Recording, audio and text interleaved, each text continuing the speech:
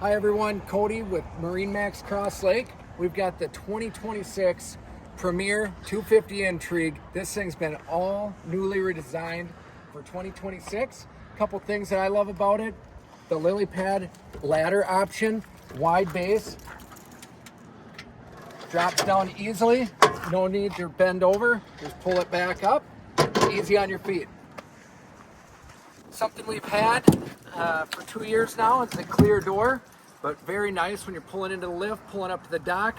You can see through in front of you. Your furry friends might like being able to look through there as well.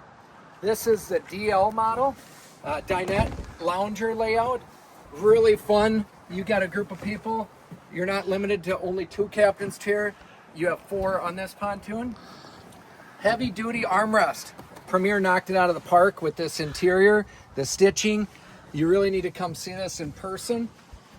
As an avid boater, I also like to point out you can fit your big Yeti tumblers in these cup holders, wireless chargers on both sides.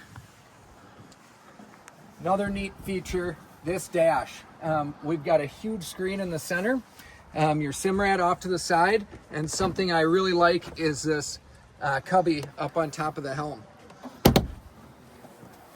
Jump into the back. We also have armrest back here.